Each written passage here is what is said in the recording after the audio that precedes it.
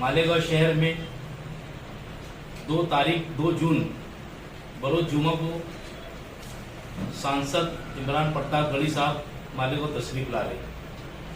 All India Congress committee के minority के अध्यक्ष है वो, और हमारे महाराष्ट्र से सांसद है।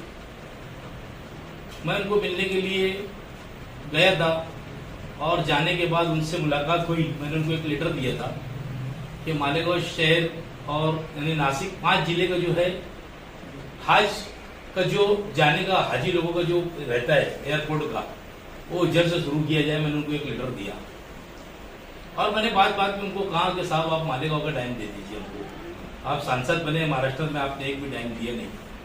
तो उन्होंने 2 जून जगह को बड़ा तारीख फाइनल किया, 2 जून को आने के। और मैंने उनको शुक्रिया का भी लेटर दिया था। उन्होंने जो सांसद के अंदर मालेगांव पावर लूम सेक्टर के बारे में जो आवाज़ उठाई थी, और उसके ऊपर मेरी बहुत सारी, कम से कम हम लोगों की 15-20 मिनट तक चर्चा हुई कि यहाँ के पावर लूम के में जो सरमायादार लोग हैं इनके लिए क्या करना चाहिए, और जो मजदूर है उनके लिए मैं क्या कर सकता हूँ। कुछ स्कूल वालों के बारे में भी बात हुई। जो लैब के लिए सेंट्रल गवर्नमेंट 20 लाख रुपया अटल स्कीम से देती है, वो स्कीम का मुझे मालूमात थी। मैंने उनको वो भी कहा कि आप जब भी मालेगांव आएंगे तो अटल स्कीम के बारे में वो मैं आपको बताऊंगा। हम लोग अगर आपने मदद की तो हम मालेगांव के अंदर कम से कम 150 स्कूल को 20 लाख रुपया लैब के लिए मिल सकता है। सारी तफसील होने के बाद उन्होंने 2 जून को मालेगांव आने का वादा किया।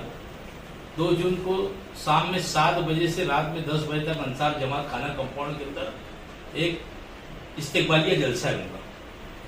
वो होने के बाद 3 तारीख को सुबह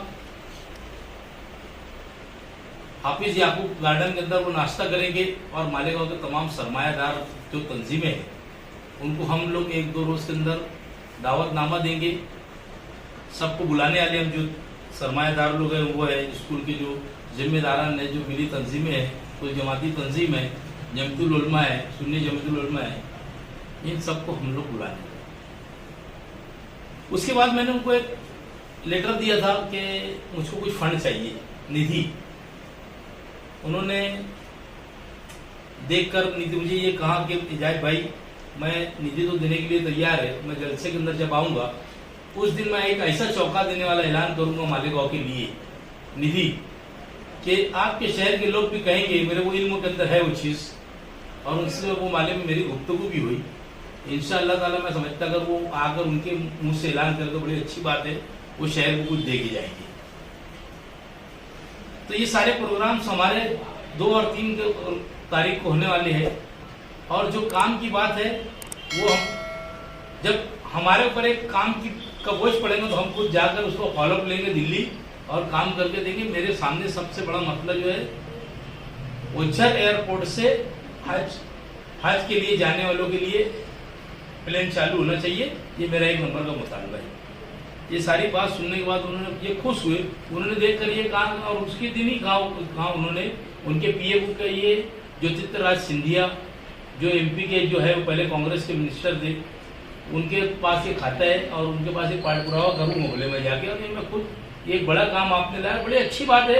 अगर अपन कौम को कुछ दे सकते तो उसके अंदर ये भी एक चीज़ है कि 5 जिले का अगर वहाँ से हो जाता है तो ये बहुत अच्छा काम हो जाएगा, जिसके अंदर जो मुंबई जाना पड़ता है, जो लोगों को इतने लंबा सफर करना पड़ता है, और अपने नासिक वालों को भी हो जाएगा, माले वालों को भी, मुझे बहुत सारी सहूलत होगी। उसके लिए मैंने जद्दोजहद करके मैं समझता हूँ शायद आप लोग हैरत करेंगे कि मेरी लाइफ के अंदर मैं पहले दिन दिल्ली गया था। आज तक दिल्ली नहीं गया था मैं, बहरहाल जाके आया, काम काज की ये हो गई, ठीक है।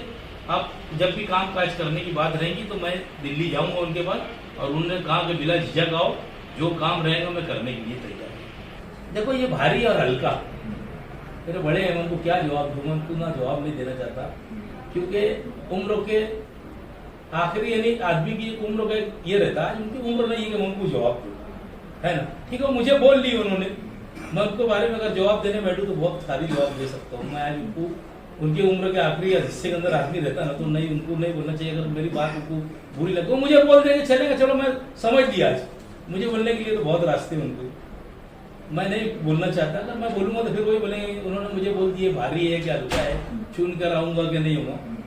चुनकर आना नहीं आना ये तो किस्मत की बात है। मेरे अच्छे अमाल रहेंगे तो मुझे लोग वार्ड में चुन के देते हैं। ठीक है, तुम्हारा टिकट कोई जन्नत का नहीं था कि मैं 3 टाइम तुमने दिया मैं चुन के आ गया। मुफ्ती साहब ने 2 टाइम दिए मैं चुन के आ गया, 5 टाइम आया नहीं। मेरी आइडिया 10 साल से, तो इसके अंदर हल्का और भारी की बात नहीं रहती। वो वार्ड के लोग मेरे फैसला करेंगे कि मुझे चुन के देंगे कि नहीं देंगे, ये तो वक्त बताएगा। और जरूरी नहीं है, ये तो अल्लाह की तरफ से रहते, सब फैसले आपको उतार लेंगे। जिंदगी और मौत का भरोसा है किसी का। अगर ये अतीक कमाल भाई हमारे को 2-3 वो हफ्ते में ऐसा हो रहा था हमारा कि वो ये मैं रोड के काम के फाइल लेके दौड़ रहा था और वो संडास के लिए 2 यूनिट के लिए वो भी दौड़ रहे थे। तो हमारी रोज कम से कम मुलाकात हो रही थी। ऐसा हफ्ता भर हुआ कि हमारी रोज मुलाकात हो रही थी ना, तो जब मिले तो 2 सलाम हमारी बात हो जा रही थी। एक दिन सुबह सुबह फोन आ गया अतीक कमाल साहब का इंतजार है। तो मैंने 100 साल की कोई जिंदगी लिखा के नहीं लाया, ये तो जिंदगी और मौत के हाथ में है। चुन के आना नहीं आना जानता, जब तक मेरे अगर तकदीर में लोगों के लिखा रहेगा कि मैं खिदमत कर सकता हूँ, मैं हर हाल में करूंगा। और जिस दिन नहीं रखा तो वो तो खत्म हो जाएगा। तो इसके लिए हल्का भारी ये इनको तो बोलने का हक भी नहीं है। मैं इतना तो कम से कम कर दूंगा कि कारपोरेशन के अंदर कांग्रेस के बिगड़ कोई मेजॉरिटी बनाएगा नहीं, इतना तो मैं बता दूंगा। कारपोरेशन का कल इलेक्शन होगा, जब देख लेना। इतना तो शहर के अंदर मेरा है, मेरे चाहने वाले, मेरे रिश्तेदारी। आपने असेंबली इलेक्शन के टाइम देखा था इस्माइल के इलेक्शन के अंदर किसने कितना रोल अदा किया और सबसे बड़ा रोल कितना था और मैंने कितनी वोट दिलाया था, ये मुझे मालूम। तो मेरे को है, आज मैं हर हिस्से के अंदर भाई ये कैसा है, ये दबाव का राजकारण करते लोग, इनसे डरते हैं।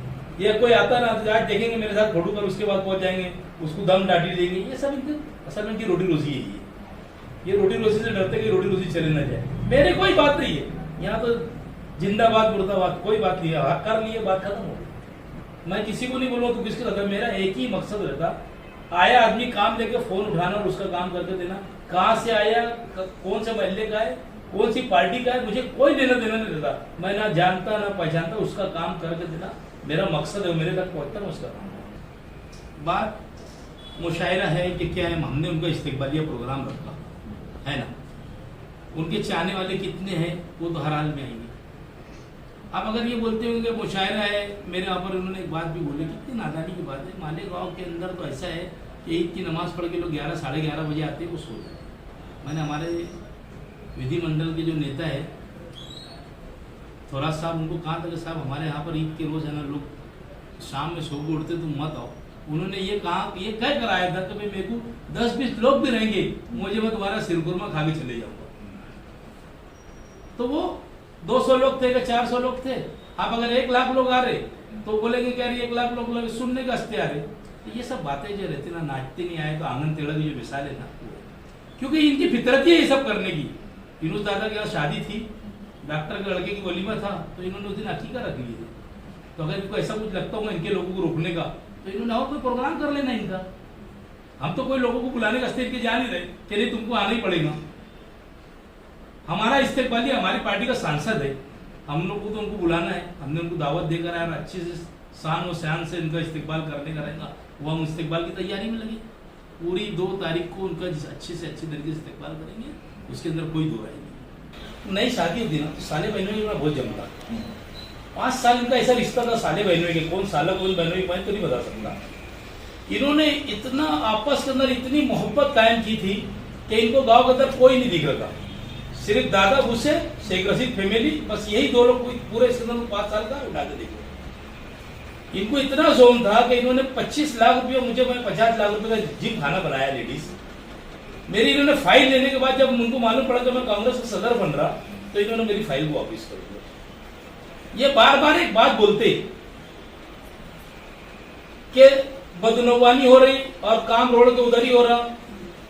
सिर्फ एक सवाल का इन्होंने मुझको जवाब देना कि ठहराव करके देने वाले महासभा में आप खुद थे, आपकी अहलिया, आप महापौर थे, आपने उसको महासभा के अंदर विषय लिया और जितने काम आए महासभा के विषय के सिवा, वो ठहराव के सिवा नहीं हुआ।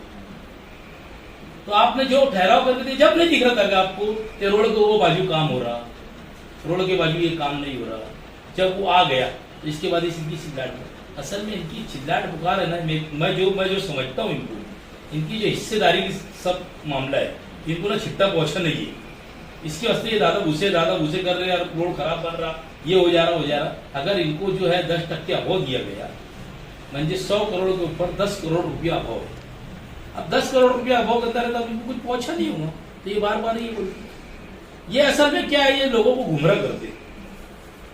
अभी इन्होंने प्राइवेट बिजली कंपनी को इन्होंने लाए, इन्होंने कभी बोले कि हमने लाए, ये तो मैं पहले रोज से चिल्ला रहा हूँ। क्यों ये दोनों लीडरान मालेगांव के अंदर क्यों जिम्मेदारी नहीं लेते कि भाई हमने प्राइवेट कंपनी को लाया। ये पुल 6 साल से बन रहा है, आज तक कि क्यों नहीं ये पूरा होता पुल।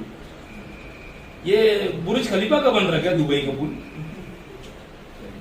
तो ये सारी चीजें जो है ना, इन्होंने पूरे शहर को, घर पट्टी का मसला है, इन्होंने ठहराव किए, एक कंपनी को इन्होंने ठहराव दिए और वो कंपनी ने ठहराव कर दिया।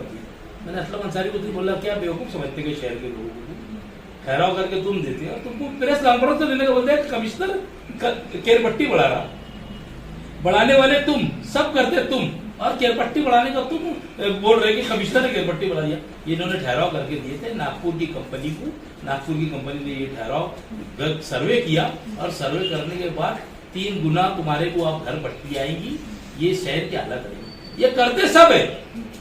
ये लोग असल में क्या है, ये झूठ को इतनी जोर से बोलते हैं कि लोग सब समझे। ये इनका बैकग्राउंड अगर इनका देखा जाए ना, ये बार बार आते इख्तिदार के ऊपर काम कर लेते, झूठ बोलते, सिंगापुर बना देंगे, ठेका दिए इन्होंने इसका सफाई का, 2 टाइम इन्होंने 2 का 4 टाइम इन्होंने विषय लिए कि टेंडर रद्द करने का, कहीं ना कहीं तोड़ी कर लेते, मामले को खत्म करते। ये शहर की जितनी हालत खराब है ना सफाई के मामले में, इसके जिम्मेदार भी शेख रशीद थे। क्या दादा उसे खराब काम कर रहा, तुमने नहीं किए कि 5 साल का तुम्हारा अगर रिकॉर्ड देखा जाए, बहुत ज्यादा नहीं बोलता। सबे बारात के दिन कब्रिस्तान के पास रोड बना, बड़े बोर्ड लगे और ईद के बाद वो रोड पूरा भर गया। ये किसकी जिम्मेदारी है? दादा उसे खराब काम कर रहा, तुम्हारा तो तुम बता लो, तुमने 5 साल इख्तिदार के अंदर कितनी बदनवानी की है। अगर कुआ बोलेंगे तो भी बस नहीं होगा, इसकी तो खाई बताना पड़ेगी, इन्होंने इतनी बदनवानी की है। नहीं तो अगर होगा मैं चैलेंज करता इनको, तुमने लगाओ सामने आमने टेबल और तुम भी आओ, मैं भी आता, मेरे खिलाफ भी तुम बोलो मैंने क्या बदनवानी किया और तुमने क्या किया, मैं बोलता। देखो ये सर में चाहते हैं कि भाई हम लोग तो उसका लाइसेंस मांगेंगे तो बंदूक का मिल जाएगा, तो ये असेंबली का निशाना है इनका, और दोनों में नहीं होगा ऐसा।